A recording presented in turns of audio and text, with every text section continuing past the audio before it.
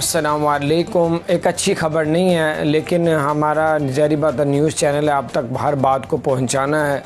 अल्लाह करीम सबकी मुश्किलात को आसान फरमाए। और बुरी ख़बर ये आ जाइए अभी थोड़ी देर पहले, और आज आपको बताता चलूँ, यूएई ने, यानी कि दुबई ने नहीं, शारजा ने नहीं, अबू धाबी ने नहीं, पूरे यूएई की 7 रियासतें, तमाम यूएई ने ये कहा है कि पाकिस्तान से जितनी फ़्लाइटें दुबई आ रही हैं, वो तमाम फ़्लाइटों को बंद कर दिया गया। अब पाकिस्तान से कोई भी फ़्लाइट यूएई नहीं जाएगी।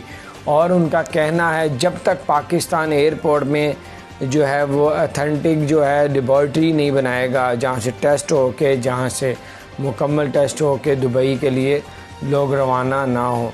अगर अथेंटिक टेस्ट यानी कि लेबॉर्ट्री बनाएगा तो हम लोग उनकी परवाज़ें खोल देंगे।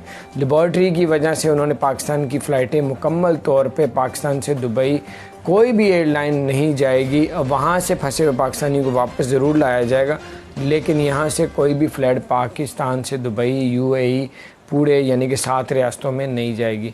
तो अभी मुझे ये रिपोर्ट मिली थी, मैंने कहा आपके साथ शेयर करूँ, ताकि आप लोग अगर कोई टिकट लेने लगे हैं, परचेज़ करने लगे हैं, तो अभी ना लें जब तक ये हालात बेहतर नहीं होते।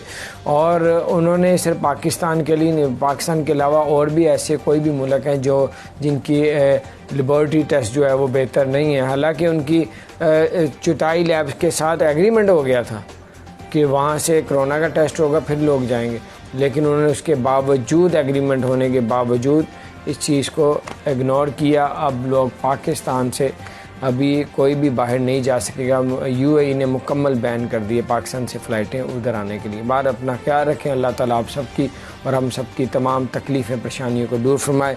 और अगर आपने हमारे चैनल को सब्सक्राइब नहीं किया तो ज़रूर सब्सक्राइब कर लें, बेल आइकन प्रेस कर लें ताकि नई अपडेट्स आप तक पहुँचते हैं। अस्सलाम वालेकुम।